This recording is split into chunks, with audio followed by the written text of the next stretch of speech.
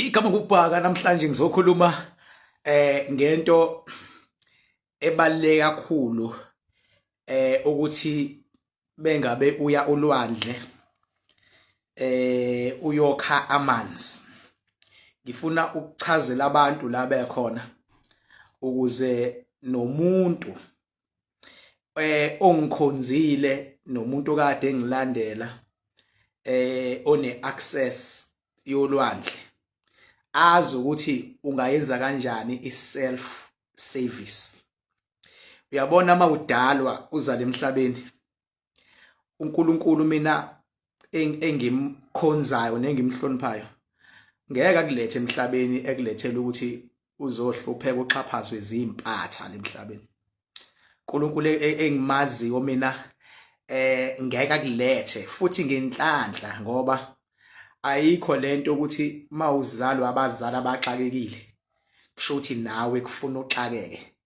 Kulomhlaba umuntu nomuntu uba nengilosi ebekela ukuthi igadena ukuthi uzalwa ekhayeni enezindlu ezidilikayo, wena ungakwazi ukushintsha lolu khaya libe izindlu zama-subsidy uma ngabe nje ungeke ulinyazwe zimpatha ingqondo, uma ngabe ungeke ulinyazwe osomathuba ingqondo, uma ngabe uzokwazi isitori sakho, isinqumo sithathile usimele, uhlonipha omunye umuntu njengalokhu uyihlonipha wena, wazise umzali wakho ongeyena lokuzalayo kuphela nalabo abanye obafice emgwaqweni nakuphi nakuphi, wazi nabo abazali bakho, ngoba kushiwo njalo kuthiwe hlonipha uyihlo nonyoko.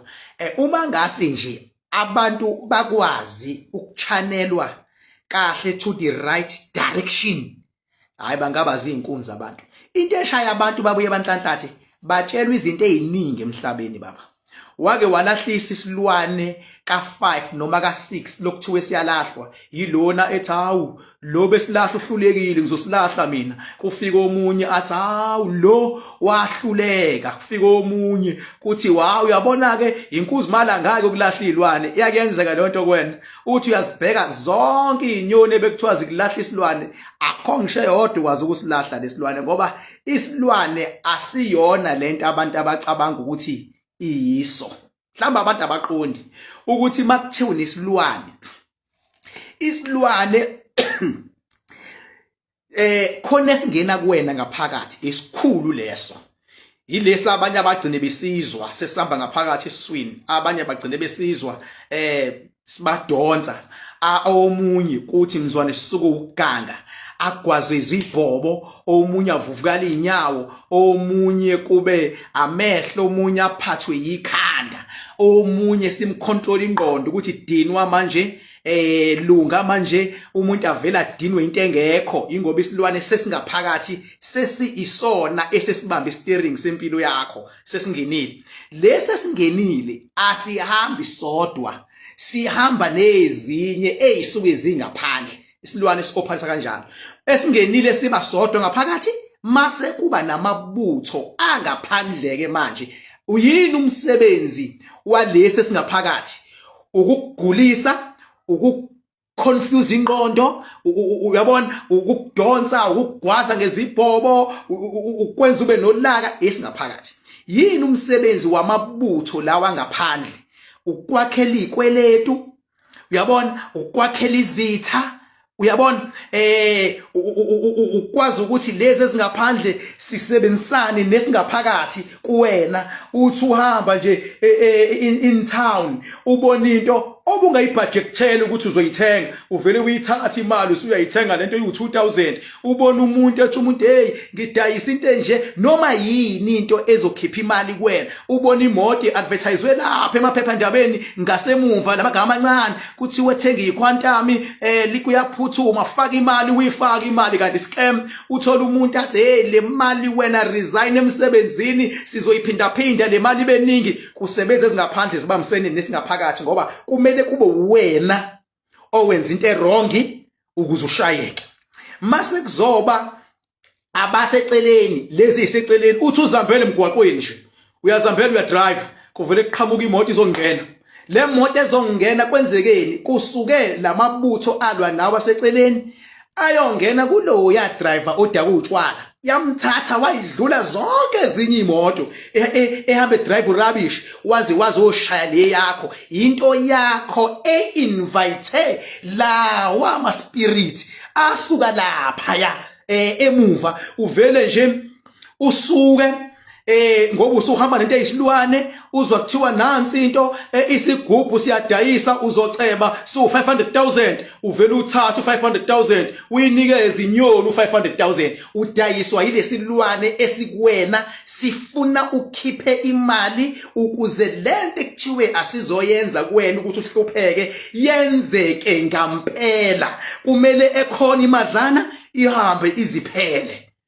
Bese kuthi lezi ezingaphandle baba zikuqhatha nomakhelwane zikuqhathe nabantu emsebenzini uthi uyaqhamuka kube ngazi ukuthi abantu khonto yenzile uthi uyohlola kuthi wawuvuna isichitho kanje uthi uyabuza yini isichitho ngoba anginuki kuthi wanje khona okuthakatha ngamakaka ayikho leyonto uhamba namabutho aya nawe kufana namaphoyisa makuthiwa ayakolanda isigebengu esiyingozi khona azongena ngaphakathi azosikhipha endlini khona azosala ngaphandle nezibhamu. Sometimes amanye asale ngishe acuphe emotweni kuba asegcekeni kube hazongena ngaphakathi akwesinye isikhathi bagibela phezulu akade ukuthi awukhona upoto ophuma ngawo. Isilwane asihambi ngasodwana.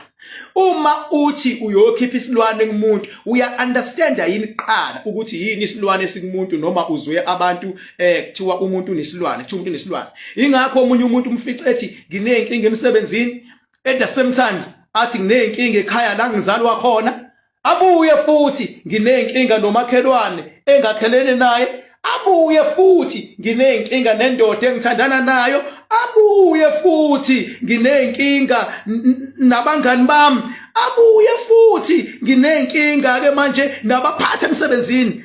Inkinga zase ziba all over ingoba kunamabutho akusurroundile emimoya alwa nawe.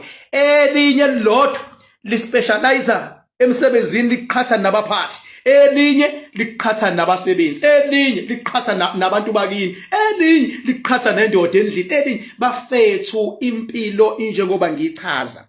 I wish ukuthi engathi ngelinye ilanga bangathi mabe ngilalela abantu bangilalele ngengqondo evulekile.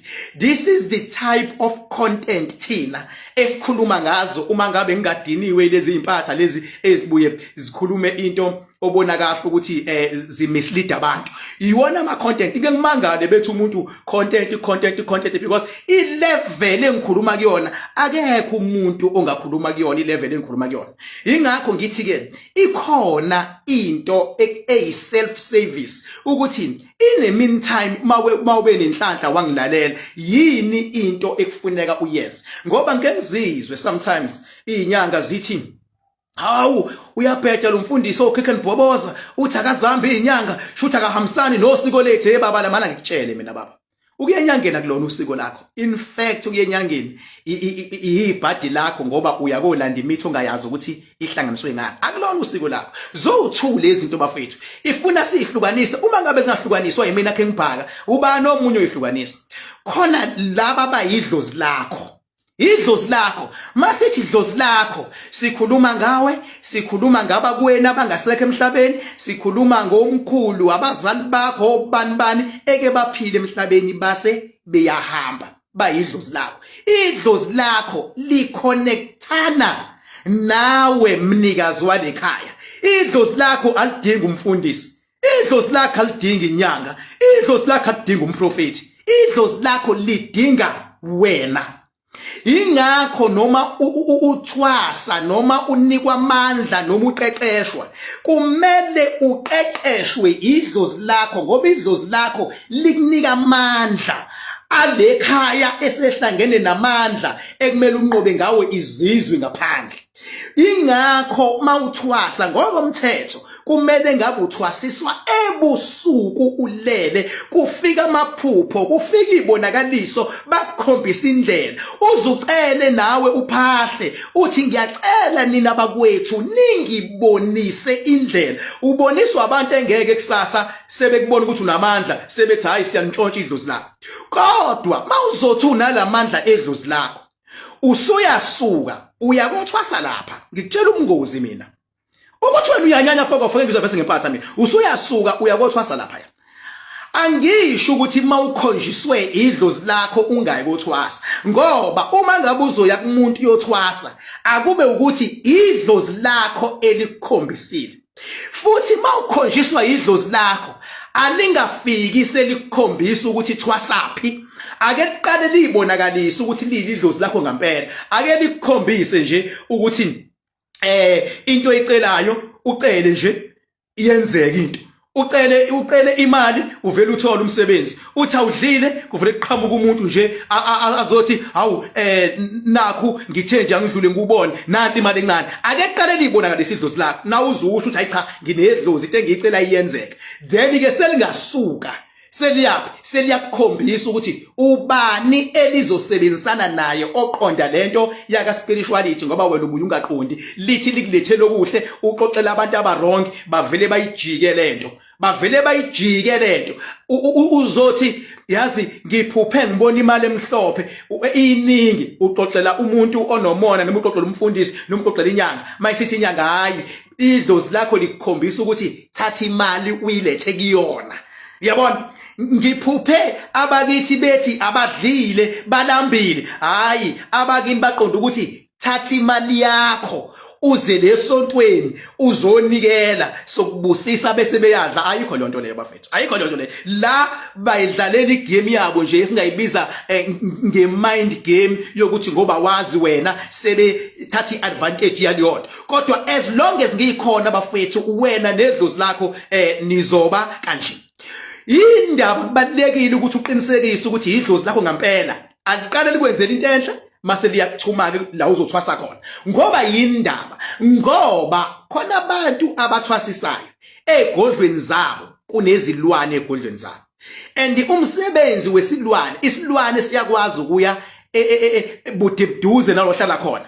Siye kothwebula abantu ukuze abantu beze la isigodlweni. Kusuka isilwane sifana nomuntu aphuma umuntu ayofuna ama customer amakethe ababuya abantu sebezothenga into yakhe. Uyena ophumile watshela abantu wathi isigubhu sinje useyabuya. Akulona idlozi lakhe lithe enza leyonto, ingoba lo muntu yena othwebula umqondo wakho. Kanti nje mfethu lento ifunani lento? Ifuna ukuthi uunderstande ukuthi empilweni into ebaluleke more than everything ukuthi ukhulume nawe idlozi lakho. Even ukuhlola, sengibabonile abantu bethi bayahlola mina baqamba amangakuhlaza umuntu amangakuhlaza athi umuntu lento iyakhuluma ithi kunje abuye omunye athi lesihlahla usibona siyakhuluma, sithi asikaze sikhuluma isihlahla athi sithi kunje athi omunye lengane encane nginawo lawo uyibona nje ithula ingane athi nansi ingane ikhuluma, lengane ithi kunje lapha ingane iyidlalela mhlawumbe nengcence. Uthi yakhuluma inamandla lengane, sinamandla lesihlahla lunamandla lolubhoko kuyimanje nalo ubhoko azalilalela luthi athi nathi likhuluma fusekho unamanga. Ukumuntu akukhulume idlozi lakhe. Ingakho mina mangabe ngisondela kubantu ngisondela sengiguqa ngamadolo, ngihlonipha lamadlozi abantu abahamba nawo. Ingakho ngithi mangabe uya olwandle, ake ngikhulume ngolwandle ngizobuya ngikhulume ngamanzi amanye. Uma ngabe uya olwandle qonda ukuthi uya olwandle ngoba uhamba nedlozi lakho elikhuluma kuwena noma elizokhuluma kuwena. Uma ngabe ufika olwandle ufike ugeze khona noma nje awuyikogeza uyoyifunela amanzi olwandle. Ngeke ngibabona abantu mina beyo elwandle beyofuna amanzi, uyoyifunela amanzi olwandle. Uzungayenza imistake mawufika olwandle ufuna amanzi mawusuthuma iphara noma uthuma omunye umuntu uthi akakhelela amanzi. Ngoba ngenkathi lo okhamanzi wonke umuntu unazo izidalwa esemanzini lokukhelela amanzi uconnecta nezidalwa zakhe esemanzini mayise kunika amanzi wena awusakhelelwa izidalwa zakho sewukhelelwa izidalwa zakhe mhlambe lo muntu okukhela amanzi izidalwa zakhe ziyalwa mhlambe azixhumani naye nawe umfice nje inqakala iminyama kupho yiphara njengoba uwakha lamanzi owakhelelwa yiphara asenomoya wokuphara mawuqala uchela ngawe ekhaya amanzi okhelelwe yiphara shuthi lekhaya ufaka ispiriti samaphara awusafaki ispiriti somoya ongcwele awusafaki isingcwele awusafaki ispiriti samadlozi ufaka ispiriti salo okunikeze amanzi bheka ukuthi ubani okusiza empilweni uma ngabe wena uyofuna amanzi akube wena ongena phakathi emanzini akube wena oxhumana nezidalwa zakhe akube wena ocelayo emanzini akuqale wena hayi ukuthi uzothi mawusemanzini sewungena nombishophi mhlawumbe lo mbishophi ongena emanzini mhlawumbe kade edlwengula izolo mhlawumbe ugwetshiwe ngokomoya yabo naye wezwa kuthiwa umuntu uyiswe emanzini mhlawumbe nomuntu okufaka emanzini mhlawumbe akana umsha imoto kwala nize ngemoto yakho kodwa yena akana umsha imoto uyena engabe ucela kuwena ukuthi msupport abe nemoto langelinye ilanga uyabo mhlawumbe nomuntu olanje mfethu mhlawumbe usesikhathini lo owesifazane kodwa uzokufaka emanzini akashilo ngoba awumpheqanga wabona ukuthi ukuziphi insuku uyilambela ubasket ufuna imali esheshayo uthi woza ngikusemanzini ngaphola kanti yabo uma ngabe ngena la mhlawumbe nawe unamabhati ingane zakhe ayisebenzi uthembele kule mali oyilethayo kwayiwena mhlawumbe ingane zakhe ziyafeyile ezikolweni ngenkathi yena lo muntu efaka ispirit ekufaka emanzini uinvite idlozi lakhe ukuthi alenzeni aningenela kuwena idlozi lakhe ngabe ileli idlozi lelo ofuna nawe ukuthi uyiqhenye ngalo kanti akube wena cela emanzini cela kwidlozi lamanzi cela kwizidalwa zakho uzothi mawucela ucela uyageza uyajabula makufika igagasi ngenkathi liba strong igagasi ujabula kakhulu ingakho impela ma ustrong nawe ithi ukusondela ngoba the more ungena emanzini is the more amandla emaningi the more uba kude lolwandle is the more amandla ebamancane ipower ayiyi lapha la kujika kunamanzi ngoba kungcolile lapha kodwa the more ungena phakathi is the more amandla nesibindi nepower ikwazi ungena kwena ngoba uyacela uqala ucele awuqali ngokukhamanzi uyacela kuqala ucela impumelelo ucela ukunqoba ucela ukugezeka ucela amabhadi asuke ucela lesilwane sihluphayo sisuke uyacela mhlawumbe awunawo ngisho umakhandakhanda ngikutshela lezi zinto ngoba ngifuna uzipractice bese uyabona ukuthi mangakanani amandla enginawo uthi uqamba uba nomakhandakhanda uyabona kodwa uKingbhaka akahonto okudlala ngoba khona abantu abangithandayo kodwa abanawo amandla kamakhandakhanda kodwa bengasebenze lento engiyishoyo bazoyibona enye yama breakthrough uzothi mawusuma namakhandakhanda sewungena enkunzini ke nawe ngoba uyacela olwandle noma yini into oyicelayo baba iyadeliver ngisho manje unga order ka Uber Eats ufuna ukudla uzofona ucele noma usende kwi-app ku-Uber Eats into kuzolethwa nasemanzini ngoba uyacela sizolethwa lesibusiso sifunayo silethwa kanjani siza ngegagasi uzolibona igagasi elizofika elingafani namanye amagagasi likhona igagasi elinjalo kusetshenziswa leli gagasi elithe uqinaqina engathi lizi igagasi engathi mawusuyokha amanzi lokhu is very important ungizwe kahle engathi mawuyokha amanzi kube ukuthi uliphethe nebhakede ulibone igagasi uyabona ke leli ngiyalithanda ke leli liqinile lihle limhlophe bese ukha ngebhakede lelo gagasi bese uyathatha uzofaka la 5 liter wakho usuyaqala usuyavala uyabona usuyaqala usuyavala usuyagoduka mawunomakhandakhanda sesiyakutshela ukuthi hayi enza kanje ngawe usebenza kwi level ephezulu ke mawunomakhandakhanda bengabe ungenawo makhandakhanda enza kodwa uzokwenzeka but i level ephansi kakhulu you understand yabo so mawungasu apply ngicela wonke umuntu ongizwayo akayenze ngamabomu lento mawuyolwandle ungathumeli iphara ungathumeli imbishophi ungabanjwa inyoni kufake phakathi emanzini nibonile ezinye uNkulunkulu exposure zivele imuka namanzi zifana imuke nje kuthothi kumuka lenyoni ebithi izogeza wena uyasala ubuzogezwa uyazibotha wena unamandla kunalomuntu cishe walanda ibhadi lakhe uyabona cishe lo muntu walandwa into emthathayo egezana nawe ahambe nawe ake abantu bafunde ukwenza i-self service because ninamadlozi amakhulu. Mina sengibabhekile abantu banamadlozi amakhulu abantu. Umehluko abantu basuke bashoda nge-information. Ingakho ngithi mina noma inini ngizofa la nifa khona. Ingakho ngithi mina noma inini mfethu kubalulekile ukuthi mawusuwakhileke lamanzi ube nawo umakhandakhanda. Ilake umakhandakhanda ungena khona usuwakhileke lamanzi sewunawo umakhandakhanda. Umakhandakhanda yini umsebenzi wawo? Yini umsebenzi wamakhandakhanda? Umakhandakhanda ukusebenza ukuthi lezi idalwa zakho ebese zikudubile ngamaphutho waziyo nongawazi azixole. Kufana noma uphashile ebusweni uyacrack ubuso benzani udinga amafutha ozowagcoba ukuze lo mkrekho lokho kucebuka amafutha azokubamba nakamoya njengoba kade sezikudubile idalwa usunama challenges imali siyaphela abantu sebefuna ukukubulala amabhizinisi ayawa udinga amafutha umakhandakhanda kahle into ebaluleke kakhulu emhlabeni uyabona amanzi idlozi lamanzi bese kuba amafutha umakhandakhanda lonke ibalulekile. Isibonelo nje ngamafutha mfethu ngisho indizamshini idinga amafutha ukuze ihambe. Ngisho mfethu wena mawugeza uyayidinga into oilish lotion like ukuze ugcobe ungaphashi or esifutha vaseline. Ngisho imoto into ebalekile emotweni amanzi namafutha. Makuphela upetrol emotweni ayifi imoto kodwa makuphela amafutha iyafa imoto. Makuphela amanzi iyafa imoto. Ngitshela ngeke simple nje imoto mangabe nje kuphela amanzi emotweni izofa. Abe khona amanzi kuphela amafutha emotweni izofa imoto.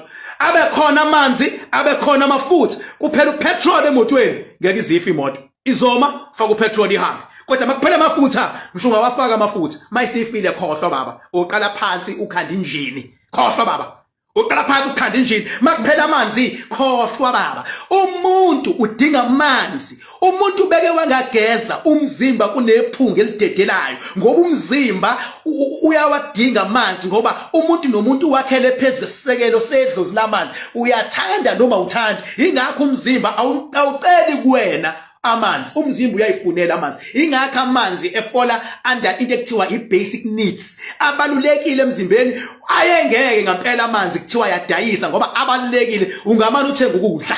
Ingakho ngisho abantu abathi thina sifastile bangangakudla ukudla inyanga yonke kodwa ngeke baba kuthiwa kawaphuzanga amanzi isonto elilodwa. Akhohlwa baba umzimba ungadehydrate. Umzimba ungenza into engakazi uyibone angafa lo muntu awudlalele emanzini kahle. Ingakho amanzi esetshenziswa idlozi elinamandla. Ingakho nami mangisebenza yokuqala ngiphakamisa idalwa zakho zasemanzini, idalwa zakho zabazali bakho abakuzalayo ukuthi akuhlangane namandla asemanzini akube ilento oyifunayo inkinga zakho azinqotshwe. Ingakho ngithi mina wonke umuntu onomakhandakhanda baba noma kuthiwa kumnyama noma kuthiwa kunjani inkinga siyazinqoba, ingqinamba siyazinqoba. Angikhathali ukuthi mina ukwipolitiki ubunamathenda bheka phansi masibambisene kahle. Ngithi mangithi siyahlangana udele yonke into ufike sihlanganwe sikwazi ukuthi sivuselelane, sikwazi ukuthi uthola amandla ukwazi idlozi lakho ukubhiyoza kunye nathi.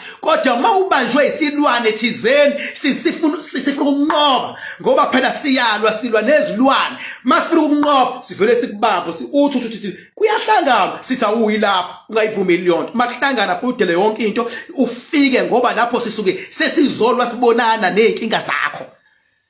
Inamba yami futhi ngenhlanhla iyafoneleka kodwa ekuba kuya ngokwami ngabe ngithi mina ulosithathu umgqibelo ngabe ngithi mfethu noma ungazange ungithole efonini vele ufike number 44 Rocky Ridge Road ngoba ifoni ibhizi kakhulu. Ifoni ibuye iringe ngisesigodlweni. Ifoni ibuye ibanjwe abanye abantu athi umuntu ngifuna ukukhinga mina hayi wena. So ulosithathu ilanga engininikeze lona nina ama walk in ulosithathu mfethu bamba i-address noma nje uthi King Bhakanzama bamba lonto nje uyifake Google Map yokuthatha kubeke la ukuthi ungitholile efonini noma ungitholanga. Don't stress ngolosithathu ngisuke ngiyikhona. Saturday ngisuke ngiyikhona. Lezo nsuku ezimbili ngizithathe ngayinikela. Lezi ezinye ngizinikele engcingweni ngoba maningi ama calls angenayo. O Monday, o Tuesday, o Thursday, o Friday nginike ngibekele engcingweni lezo nsuku lezo ukuthi angi-answer ingcingo. Mawuthe uyangifonela wangangithola phinda uzame mfethu, don't give up, try again uzongithola. Mawuthe uthi sekuyaphuthuma, thatha ibhanoyi ufike, thatha imoto yakho ufike, ugibele ibhasi ufike, ugibele isitimela, itekisi ufike, uLosithathu ngikhona. Mase ngikhona vele ikhaya lakho ziningi izindlela uzohlala uqhethe kosofa mangisabhizi nabanye. Uzoqhetha kosofa uyirelaxele, osofa balekhaya ilabo ohlala ubona ume kanje uyirelaxele, uyabona ngithi ngibhizi esigodlweni. uLosithathu bafethu ilanga leni yini engakwenza ukhale uthi angimtholi uKingBhaka, ngoba ngiyachaza ngithi uLosithathu umgqibelo Saturday ngikhona, ngingowenu. Ufonile awufonile alikho ilanga othiwa ufike kuLosithathu kwathi uKingBhaka akekho, cha alikho. Ngibhizi impela iKingBhaka's dam, ngilungiselela abantu bamakhandakhanda, ngilungiselela abaculi, ngilungiselela umhlaba wonke oza ngomhla ka-14 October. Ngisazobachaza ukuthi abamakhandakhanda siyosebenza ngasikhathi sini nabo, siyobe senzani. Ngizobachazela abamakhandakhanda because idam labo la leliya labantu abanomakhandakhanda for the first time kuyiwa kulona. Ngisazoyichaza ke leyo yabo, abangatatazeli nje. Okwamanje sithi ngidonse abaculi enibathandayo, ngibese ngicelwa ke abantu nikhumbule ukuthi umakhandakhanda abantu bakona wonke ama province, uyabona. So kade ngibuza ngithi ubanike abamthandayo on national abazokwazi ukuthi abaseLimpopo ba relate naye, abaseMpumalanga futhi ba relate naye, abaseGoli ba relate, abase Eastern Cape or Cape Town, all over Northwest, uyabona Northwest barelate, KZNs barelate. Ngibe ngambuza ngayivula indaba, cha basuggest abantu umuntu abathe bacela ngibalethele yena, bagcine bethi bayacela bandla ukuthi ngampela nje akalethwe umculi lapha ekuthiwa uKelly Khumalo.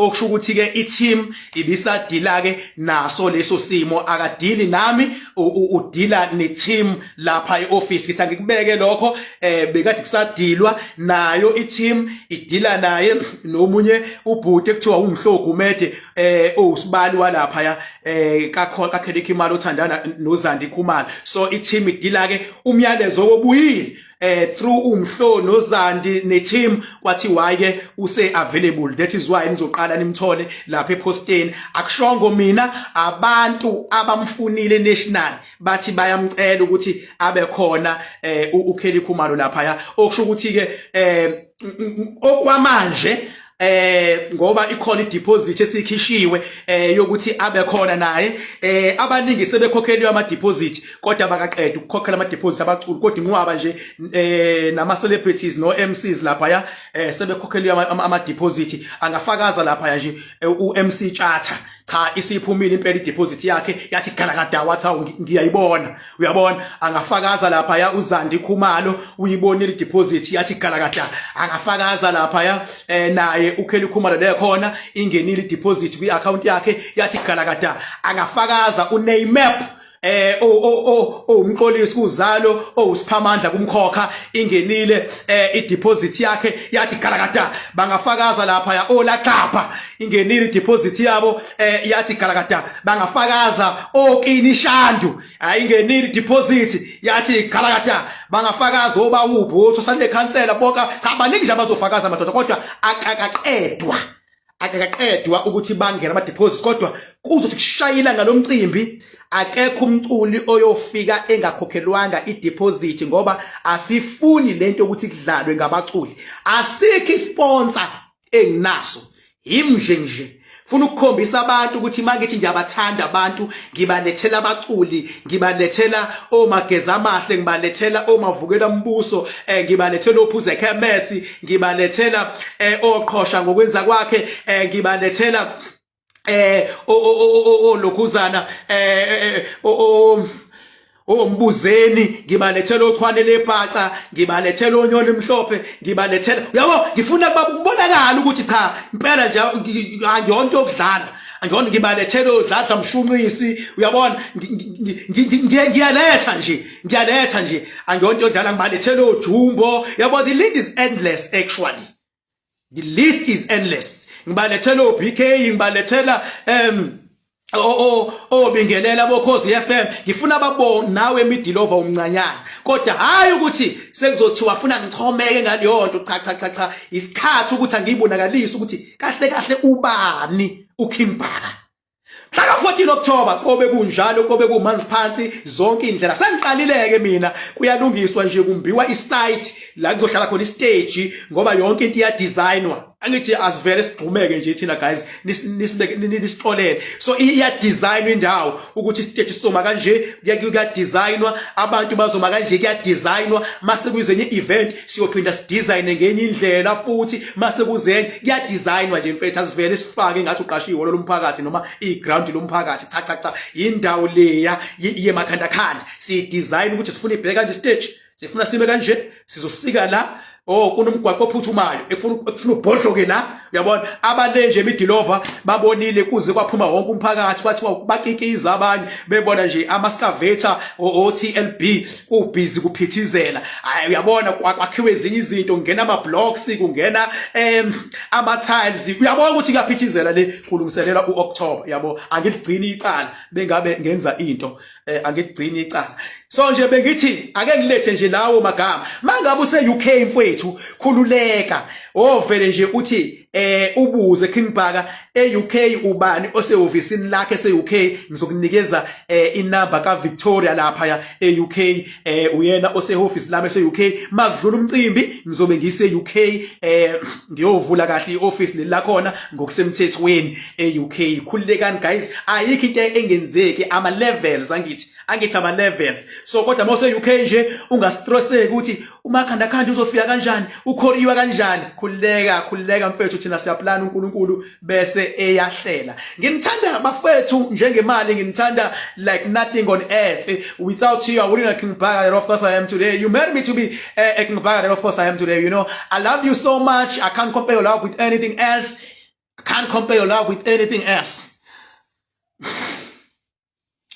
ingangitshela ukhona mfethu ngiyabona ukuthi nakhiya ngifisa nangiya ethi ngifisa ukumfumana umakhandakhanda kusho uZotsho Mbinda khulileka Zotsho Mbinda nansi number 0798130260 vele ubhale nje uWhatsApp usho ukuthi ufuna umakhandakhanda ngizokuphendula nje mangiqeda la ngoko mafuna umakhandakhanda nje just SMS me manje uthi nje ngifuna umakhandakhanda ku WhatsApp 0798130260 ngizophendula mawufuna ukuza futhi ekhaya lenu ekunezindle eziningi number 44 Rocky Ridge Road eHillary ngibhizi nje bafethu ngibhekene nani ngqo mawufuna sikhulume efonini futhi mawufuna sikhoriyele makuthiwa athi omunye Kimbaka wenzani umakhandakhanda ubeka idlozi lakho phambili uvuselela amaphutha namacala because khona abantu mina engibabonayo idlozi ebelikhuluma labuye lavaleka sithi akubuye leyo nkulumo ebiyenzeke empilweni yakho idlozi lakho alivuseleleke aliphinde likhulume futhi ngoba liyakwazi ukukhuluma kuwena labathakatha abakuvala sithi full sec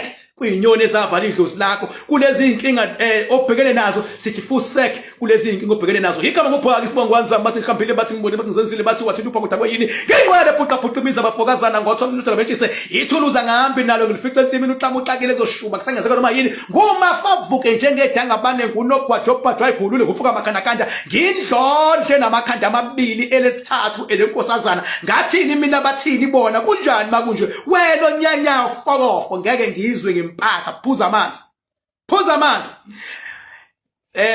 kunale drama edumile kulezi insuku ngizothi drama idrama ledumile kuthiwa uShaka Ilembe cha ngifuna ukukhuluma ngespirituality sale ya drama njengoba nje idlala angiyena umuntu obuka ama drama ngibhizi kakhulu nabantu kodwa leya ngithe mangibona inkunzi zama actors ihlangene ndawonye ngathi let me watch this thing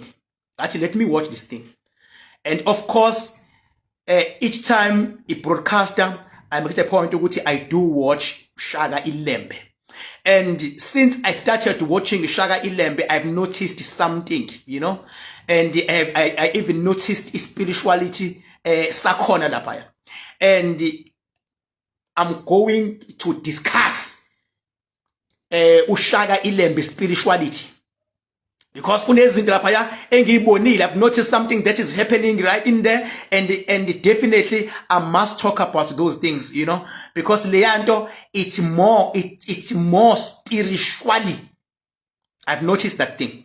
And ngifuna ukuchaza nalama character lapha avela chitha igazi esithubeni umuntu apheqa amehla donsi into avela hlaba omunye ugilikidi ngifuna ukuchaza yonke leyo nto leyo uyabo nangendlela lo asise kuthi unandi akhulelwe ngayo ngifuna ukuchaza yonke leyo nto nalo yekuthi uyathakatha lo nempisi lapha naloya o demonstrator le yamkhovu leya ngifuna ukuchaza le yanto lapha kushaka ilembe ngifuna ukuchaza more in details le yanto ukuthi ikhona noma yikho le yanto le ngifuna ukuchaza mase kuchaza thina kuchaza ubasted ngibonile ngathi akona-ke la yes kodwa kona ujulile kumuntu obhale leyanto ngiyambona nje uyidirectayo uyabona lo ibhalile ngapha la isikhathi esiningi umbhali kuba womunye udirector ba womunye aba nama assistants wakhe uyambona lo ibhalileke inkunzi yomthakathi lo bhale ushaka ilembe umthakathi obhale leyanto leya uyathakatha straight umuntu obhale leyanto shiya ukuthi ucabangani ngiyakutshela angimazi ngisho ukumazi ukuthi ubani kodwa ngisho ngamazi ngabe sengazi umthakathi uthakatha straight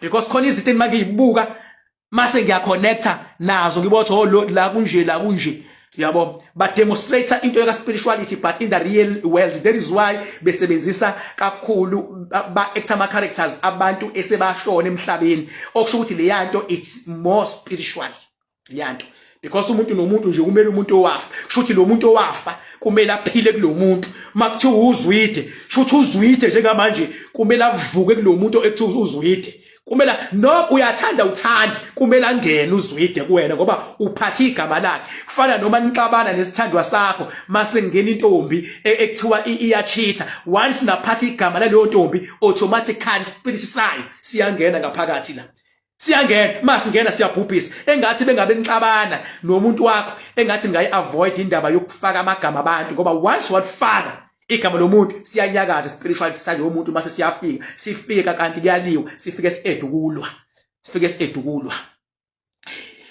ayikho into yothiwa nginitshelile yona ayikho into yothiwa ngiyicacisile ngiyohlala ngicacisa nje uyabona nje madoda mangathiwa futhi even nenyanga zenza umsebenzi bajabula abantu zingakhuluma ama content angekho ngoba phela mfethu awukwazi ukukhuluma icontent engekho mase uyazi ncoma uthi une content kodwa ukhuluma icontent engekho ukhuluma into nje emislead abantu uthi kushuthi icontent yini kanti ukumislead umuntu ubizwa ngani content cha yikho le nto le yabo so there is why ngithi abantu abaningi kusafuneka sike ngithola ithuba nje ngichaza ukuthi yini icontent ngoba ngibone ngisho umuntu oyisidomo sithi awunayo icontent awuyazi icontent ufuna icontent icontent nje icontent ngibotha hayi impatha le understand ukukhuluma ngani izwe kushiwo naye siya contentisa nje naye ngeyila kufuna ke ngichaze nje igama elithi content makuthiwa icontent yabo mangabe ekhozini noma emsakazweni kuthiwe icontent producer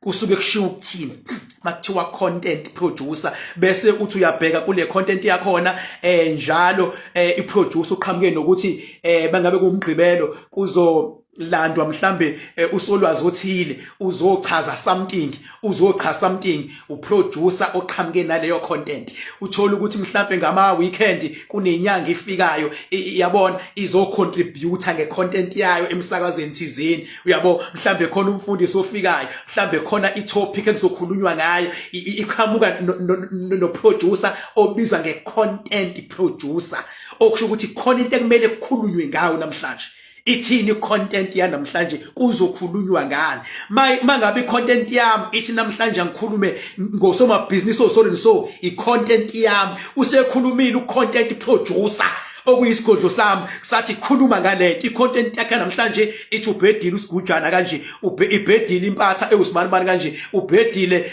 uSibanibani khuluma ngalento kusho nami content I've got my own content producer esigodlweni sami mase kuthiwe khuluma ngopresident namhlanje ngizokhuluma ngaye mase kuthiwe namhlanje kusho my content producer ithi namhlanje khuluma ngomuntu odutshule egoli ngizokhuluma namhlanje khuluma ngale nyanga eyifake ngizokhuluma mase kuthiwa khuluma ngale nyanga eqamba manga ukuthi inemali kodwa ibihlale emjondolo ngizokhuluma you understand ngizokhuluma so angikwazi ungakhuluma ngale nyanga eodi impuphu komakethe ngo 5 rand idayiso 50 rand mase kuthiwe nje esethe ucontent producer wami esigodlweni khuluma ngalento ngizokhuluma so umbuzo wami uthi wena uyayazi yini content uyayazi yini yabo ngokuthi ke emsakazweni kusuke kunobuxhakaxhaka kumele kukhathwe amajingili kumele kwenziweni mase kuzoba khona omunye ekuthiwa yini i-technical producer loyo kudila nezinto zaka technicality technical producer uproduce imsindo ukhathani fakani uyazwakala technical producer ne content producer bayadingana yabo shiya nje ukuthi mina mina shuthi la ngoba ngiyakhuluma shuthi mina i-technical njengoba nizwe imsindo iza kahle ningibona nisho yonke into shuthi mina I am a technical producer yabona yabo I'm a technical producer i-content producer ilapha esigodlweni you understand ngiphinde futhi ngibe i-host futhi uyabona ngimini host phela ngoba angithi mina ithiwa yimina phela manje okhulumayo yimina onimemile ngithi yimina othe uzani nizongibuka ngithi shuthi njwanila nje nohostwe yimina ne njwanga phela sifamily njengamanje sila iphone yami njengamanje sifamily shuthi I am your host too I'm your host too kuzoqhamuka umuntu othi usile athi awunayo icontent kanti yini content